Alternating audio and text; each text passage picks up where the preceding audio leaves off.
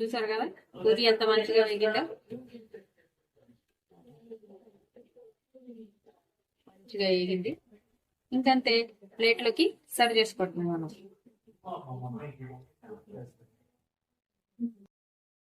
శనగపిండి తీసుకున్నాం కదండి, శనగపిండి తీసుకున్నాం కదా, దీంట్లో కొంచెం వాటర్ పోసుకొని లిక్విడ్ గా చేసుకోవాలండి.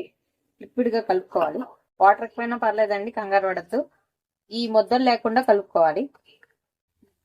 ఈ లిక్విడ్ ఫార్మాట్ లోకి తీసుకోవాలండి శనగపిండి.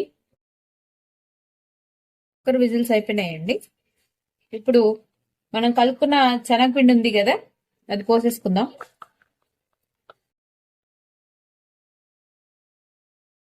పోసుకొని కలుపుకుందాం. చిక్కబడుతుంది. చిక్కబడ్డప్పుడు మాత్రం ఇంకొంచెం వాటర్ అయితే పోసుకోండి. నీళ్లు పడతాయండి, పోసుకోవాలి. మళ్ళీ ఒక 2 సెకండ్లు ఉడకబెడతామండి. ఉప్పు కారం వేసాం కదా, ఆ టేస్ట్ తగలటం కోసం మళ్ళీ ఒకసారి పొయ్యి మీద పెట్టి ఉడకబెడతాం. శనగపిండి వేసాం కదా, చూసారు కదా, అట్లా సన్నమంట పెట్టి ఉడకబెట్టండి. కల్లిప్పుకోండి, లేకపోతే అడుగంటిద్ది. ఎక్కువసేపు అక్కర్లేదండి, జస్ట్ 2 సెకండ్లు అలా ఉడకబెట్టండి చాలు. దీంట్లో గరం మసాలా వేసుకుందాం. ఇప్పుడు దించే ముందు చేసుకోవాలండి ఇవన్నీ కూడా. గరం మసాలా వేసుకొని కలిదిప్పండి ఒకసారి.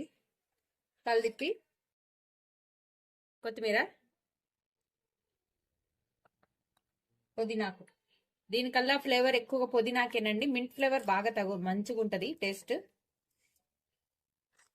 ఏం కాదు, చక్కగా ఎంతైనా వేసుకోవచ్చు. దీనికి నిమ్మకాయ లాస్ట్ లో పిండాలండి. కొంతమంది నిమ్మకాయ తినరు, అందుకని నిమ్మకాయ పిండుకొని తింటే ఇంకా టేస్ట్ బాగుంటుంది నిమ్మకాయ వేసుకుంటే. మీకు కొంచెం గట్టిగా ఉంది అని అనిపిస్తే కొంచెం వాటర్ పోసుకోవచ్చండి, ఏం కాదు. జస్ట్ కొంచెం లిక్విడ్ గా కావాలి అనుకుంటే మీ కన్సిస్టెన్సీని బట్టి మీరు కొంచెం లిక్విడ్ పోసుకోండి.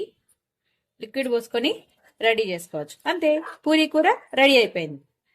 ప్లీజ్ ఈ కర్రీ కనుక మీకు నచ్చినట్లయితే ప్లీజ్ లైక్ చేసి, షేర్ చేసి, సబ్స్క్రైబ్ చేసుకోండి. Thank you for watching. Please అండి, నాది న్యూ ఛానల్, కొంచెం న్యూ ఛానల్ అండి నాది. కొంచెం అందరూ సపోర్ట్ చేసి, షేర్ చేసి, సబ్స్క్రైబ్ చేసుకోండి ప్లీజ్. Thank you.